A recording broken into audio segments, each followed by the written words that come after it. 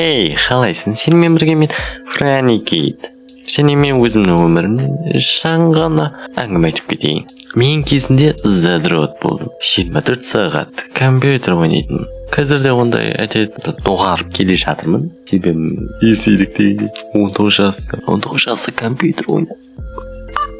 Және сол компьютерді 24 сағат бойы ойнағаннан кейін саған деген кедергілер және қандай да қиындықтар пайда болды. Сол туралы бүгінгі видеода айтып жатырмын боламын. Ендеше бастайық.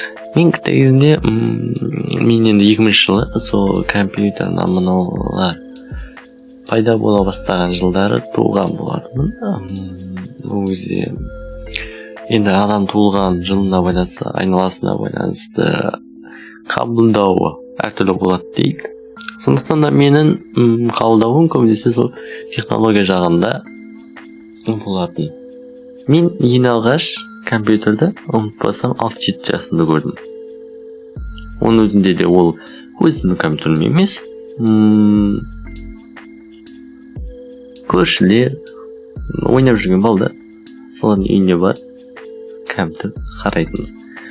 Ол кезде ойнау адам мынау дегенді көп түсіне білмейтін, және де ол кезде қандай ойындар ойнағаным әлі есімде жоқ. Көршінің үйінде бір ғана ойын болатын. Жақсы ойнаған ол кезде бір қорқынышты ойын. Алда қарай жүре бастайсың, өзімен өзі жүріп келе жатады, сен тип атака жасап отырасың. И вроде зомби ма, сондай монстрлармен ба қырылып жүресің әйтеуір. Анша шайқас былай қарап тұрғанда. Былай қарап тұрған кезде. Анда-санда ойнап қаңғып сөйтіп жүретін. Және алсаға бір туысқан үйінде мен енді ол кісі, ол үйдегі баланың әкесі кісі ғой енді. Компьютерлерді, сондай компьютерлерді шашып, жинай ма, сондай бір жұмыс болып істейтін. Ол жерде де ойындар көп болатын енді. GTA болсын, атыс ойын болсын, шайқас болсын. Анда-санда үйіне кіріп ойнап тұратынбыз. Мен сөйтіп қашып кете бердім үйден.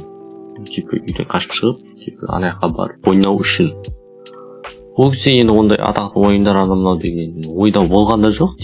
Counter Strike анамынау деген сияқты. Сонда көп ойнайды деген сияқты. Ондай қызығушылық та болған жоқ. Ол кезде менде ойындарға қызығушылық көбінесе жарыс ойындарға прохождение анамынау сондайларға көп интерес болатын. Және компьютердің қалай жұмыс істейтін және қалай не істейтін ең толық біле бастаған кезім. Ол менің ең алғаш пайда болған компьютердің арқасында. Где-то 4-3 сынып оқып жүрген кезде әкем Қызылорда қаласының компьютер алып келеді. Ана жерде сен мәссің кәдімгідей. Ең бірінші. Жоқ. Әкелесің. Ең алғаш компьютер ол емес.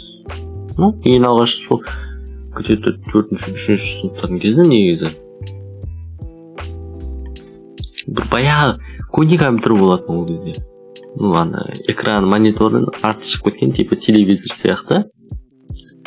Аппақ корпус баяғы. Бірақ ішінде ойын жеткілікті болатын. Ол кезде ойындарды қайтсам сондай компьютерлер көтеретін кез ғой енді. Ойындардың ең бірінші шығып жатқан кезде неше түрлі ойындарды ойнайтын. Ішінде мотоцикл жарыс, GTA Vice City ол кезде хит компьютерлерді барлығы. Білмеймін, кәдімгідей қызықтырады өзіңнің. Ойнай бересің, азаннан кешке дейін ойнай бересің, сөйтіп. Далаға шығып қалдық. Әрине, өкінемін ол нәрсеге. Себебі сонынан арқасында біраз нәрседен қалып қойдым негізі. Денсаулығымды да құртып алдым десем де болады. Және одан кейін екінші компьютер, жаңа айтқандай, шама есеге келе 16 жасында болдым ма, вроде. Сол кезде енді 13, 14, 16 жасында. Ең бірінші, кәдімгі 75 герцовкалы компьютер. Айкелді Қызылорда қаласынан типа білесіңдер ғой андай компаниялар анамналарда сборкалар дешевый андай бұл кезде білмейсің ештеңе сборка типа бірақ ол кезде ойындар сол сборка арқылы көтерілді сол кезде енді топовый компьютер ғой қазіргі кезде майда шүйда сборка салып жібере береді ғой типа 1-2 ойын көтерсе болды деген сияқты ну ол где-то 2-3 жыл жұмыс істейді сол кезде ең бірінші қызығушылық ойындар ғой әрине GTA болатын GTA Vice City'де өтетін GTA San Andreas'те өттім ол кезде және ең қызығы ең есте қалғаны ол Assassin's Creed деген ойын Assassin's Creed'ті бірінші скачать етіп алдым және ойнадым өттім соңына дейін одан кейін соны жалғастыру үшін енді Assassin's 2-ні тауып алдым интернеттен білесіңдер ғой енді интернеттен андай торрент деген жақсы нәрсе ғой пиратский нәрселерді скачать етіп ойнай беретінбіз содан кейін 2-нің бір сериалы шықты не Brotherhood дейін ба сондай соларда да өтіп және Assassin's Creed 3 оны да өтіп тастадым одан кейін ең қызықтары ол әрине машина жарыс Need for Speed Underground Need for Speed Most Wanted Underground 2 керемет ойындар еді кәдімгі жарысып ана өтіп тастайтын ну және де ең ұнаған сериялар тағы ойындардан әрине Как достать соседа ну Как достать соседа 1-2 сияқты ну типа сериалы енді көптеген сериалдар өттім одан кейін Sims 2 ойны Sims 2-нің сериялары олар енді білесіңдер ғой көп болады сериялар әрқайсысы пиратский енді торренттен скачателген және Sims 2-нің сериялары толық өтіп шықтым десем де болады Sims 3 соның сериялары енді Sims 4 шығып жатқан кезде енді компьютер шамалы слабилау болды өзім кесірінен ол кезде компьютерді қалай пайдалану керектігін білмеймін ол кезде и содан кейін барып Bandicam мынау Sony Vegas дегендерге интерес кәдімгідей көбейіп кетті YouTube мынау бірақ ол кезде түсіретін кезде компьютердің нашар екенін енді түсіне бастаған кезім және оған қалай айтсам болады өзімден компьютерді толық меңгермеген кесірі ішінде ешқандай уход жасаған жоқпын если честно ше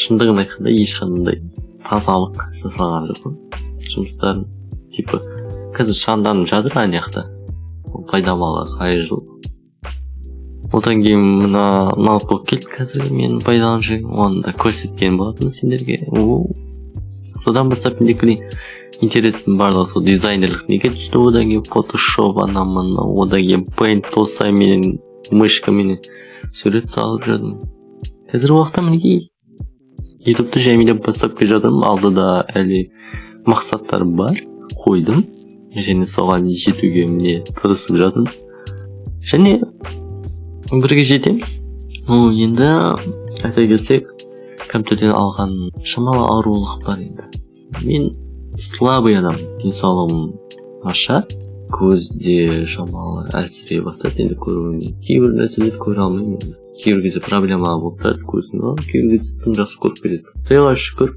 ешқандай не жоқ енді наразылық мынау деген сияқты денсаулығым жақсартып аламын спортпен де айналысып жүрмін қазір жаймен деп домашний спорт қой енді сыртқа шыға алмайсың комплекстер көп ешқайсысына үлкен қатты мән беріп жатқан жоқпын себебі мен өйтіп жеңілетін адамдардың арасынан емеспін мен әлі күнге алдағы уақытта дамимын және өзіме қарайтын боламын компьютерден 24 сағат ойнағаннан кейін қиын жерлер сол енді біраз нәрседен қалып қойдым десем де айта аламын 16 жасымнан бастап әрине шарит ете бастасам типа ерінбесем сол күннен бастап ақша тауып тым жақсы жүретін кезім